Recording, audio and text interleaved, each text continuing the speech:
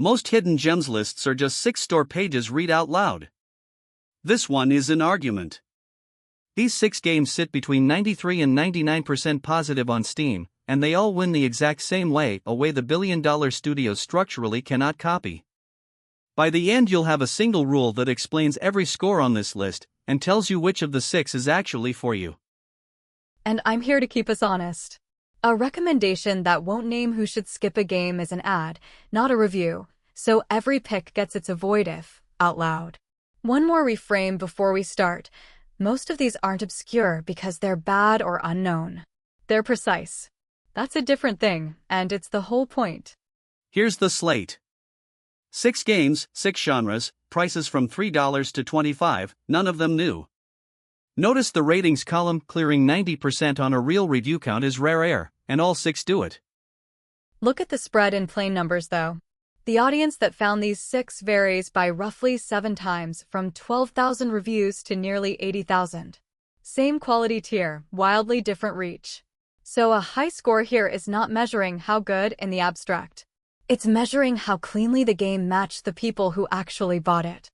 That's the rule, so let me state it cleanly. Every game on this list wins by narrowing the promise instead of expanding the feature set. Each one designs a single, specific emotional contract, a feeling it guarantees, then ruthlessly cuts everything that would dilute it. A 99% score isn't universal greatness. It's the absence of betrayal. The game promised one thing and never broke it. A blockbuster cannot do this, because it has to be for everyone, and for everyone is exactly the promise these games refuse to make. Which is also why they stay hidden, and it has nothing to do with quality. 2 forces. First, almost none of these had a marketing budget, so they never bought their way into your feed. Second, the recommendation machine, including channels like this one, rewards spectacle, explosions, big numbers, a loud thumbnail. A precise, quiet game has no spectacle to clip. So the algorithm underserves exactly the games that score highest. Keep that tension in mind as we go. Start with the cleanest score on Steam, 99%, and the cleanest version of the rule. A Short Hike, by the solo developer Adambriu. People call it cozy because nothing bad happens, but that misreads the design. It keeps the whole skeleton of a Metroidvania: climbing, gliding, route finding, hidden treasures, vertical progression, and removes one thing: punishment.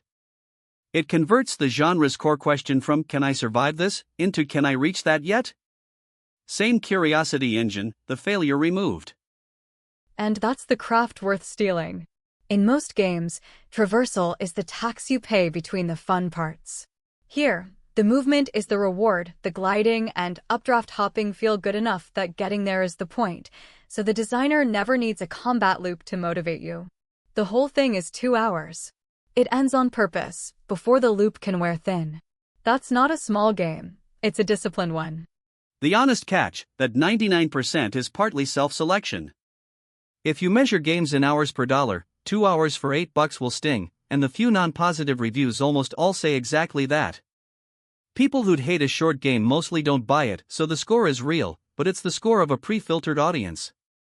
Buy it for a mood, not a backlog. Now the most extreme version of One Promise, Total Conviction. Papers, Please by Lucas Pope, another near solo developer. The entire game is one verb. You stamp documents at a border checkpoint. That should be the most boring premise ever shipped. Instead, it's one of the most cited games of the last decade because of what Pope loads onto that single action. Here's the design move. The bureaucracy is the antagonist. Every rule you're told to enforce is also a small moral test. Let the woman with one expired document through, or feed your own family tonight? The mechanic and the meaning are the same act. Pope didn't bolt a story onto a game, he made the spreadsheet itself the story. That's why a document-checking sim sits at 97% across nearly 80,000 reviews. Avoid if, and it's a real one. The checking loop genuinely wears thin across long sessions. The negative reviews say repetitive, and they're not wrong. Play it in short bursts, not marathons. And no going in. This isn't a game you play to relax. It's a game you play to feel something uncomfortable. At $10, it's the best spent 10 on this list, if that's what you want. Pick 3 is the best craft-to-price ratio on Steam, full stop. Dust, an Elysian tale largely the work of one person, Dean Dodrell, an animator by trade, with help on writing, voice and music. And you can feel the animator's fingerprint in every frame. The combat's appeal isn't deep enemy systems, it's that every button press feels like expensive, hand-drawn motion. That's the strategy and the ceiling in one. A near-solo dev can't outdesign a studio on systemic depth, so Dodrell competed on immediacy, readability, and spectacle per dollar instead, and won. The honest flip side, the optimal combat loop reveals itself fast and doesn't evolve much after. If you need a fighting system that keeps deepening for 40 hours, you'll feel the wall. But it routinely sells for under $3. At that price, the depth ceiling is a rounding error. And here's the part that should worry every big studio. Dust came out in 2012 and it's still sitting at 95%. Craft doesn't expire the way spectacle does. A game built around the newest engine trick ages the moment the trick is everywhere. A game built around hand-drawn motion and tight pacing just stays good. That longevity is its own value proposition. At $3 you're not buying a moment, you're buying something that already proved it lasts a decade. Number 4 you might know and still have never actually finished, which is the definition of missed. Journey by Thatgama Company. Its famous trick is an anonymous stranger you meet online who can't talk to you, can't grief you, and can vanish at any moment. Most studios would call those constraints anonymity, no communication, no permanence, bugs to fix. Journey makes them the subject. By stripping language and permanence, it turns the stranger into a fragile, temporary presence so you feel lost before the story ever explains loss. The whole industry cited this and almost nobody copied it, because it's commercially inefficient. No retention loops, no chat, no reason to come back. It's a 2-hour experience that refuses to be a service. Skip it only if mechanical challenge is the whole reason you play. There's little of that here, by design, not by accident. And it's worth saying how much that 2-hour experiment paid forward. Journey is a big reason a publisher will now fund a game with no combat and no fail state and call it viable. The whole atmospheric, walking sim wave that followed is standing on the commercial proof it provided. So when someone calls it overrated, that's backwards. It's underplayed and oversighted. Everyone references it. Far fewer have actually sat with it for the 2 hours it asks. Pick 5 is the one that will actually frighten you, and it frightens you with logistics, not jump scares. Amnesia, the bunker, from Frictional Games. The monster isn't a scripted scare machine. It's an enforcement layer sitting on top of every resource you manage: fuel for the generator, noise, light, bullets, locked doors, time. And that's why it survives a second playthrough when most horror doesn't. A scripted scare is a roller coaster, thrilling once, inert after.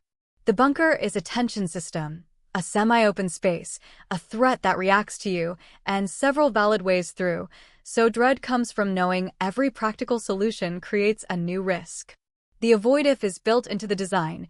It keeps you uncomfortable on purpose, for the whole runtime. If sustained dread isn't a feeling you want to buy, no rating changes that. Picture the actual loop for a second, because it's the whole pitch. Your generator needs fuel you don't have enough of. The lights die. You fire one shot to break a lock and the thing in the walls just heard exactly where you are. Nothing there was scripted, you cornered yourself with your own choices. That's the immersive sim tradition pointed at horror. The designers built a sandbox of interacting rules, then let your panic write the screenplay. It's the opposite of a haunted house ride, and it's far harder to pull off. And we'll land on the one most likely to be mislabeled.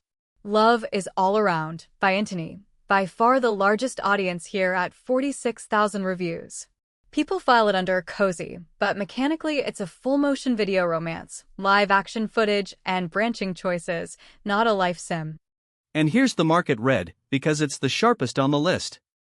It won a huge audience by lowering mechanical literacy almost to zero. Your only real action is to choose. No skill expression, no systems to learn, which makes it extremely legible to streamers and to people who don't normally buy games at all. Its review base skews heavily to one region, so most English-speaking lists never saw it coming. That 46,000 isn't cozy, it's evidence of a demand pool the recommendation machine simply doesn't look at. The catch: if you need mechanics, selection as gameplay will feel thin fast. And don't file that under lesser. Full motion video died in the 1990s as a gimmick, grainy actors stuck in clunky adventure games. It came back here for a real reason.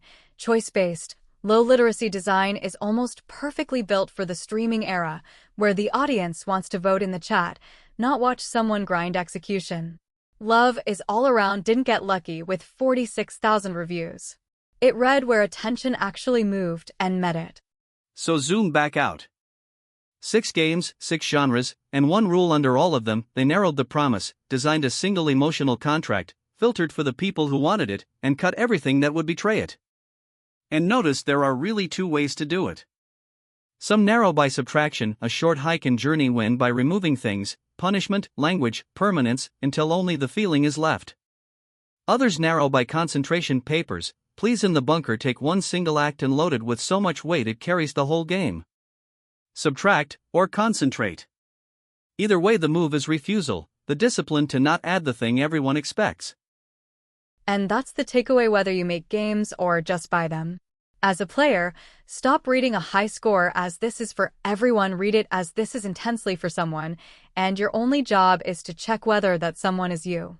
As a developer, it's the more uncomfortable lesson. Conviction beats completeness, and the market punishes conviction right up until it doesn't. The full directory has over 120 more, each with the same good for and avoid if breakdown. Tell us in the comments which of the 6 is secretly aimed at you and the most precise little game you think everyone else has missed. We read those for the next one.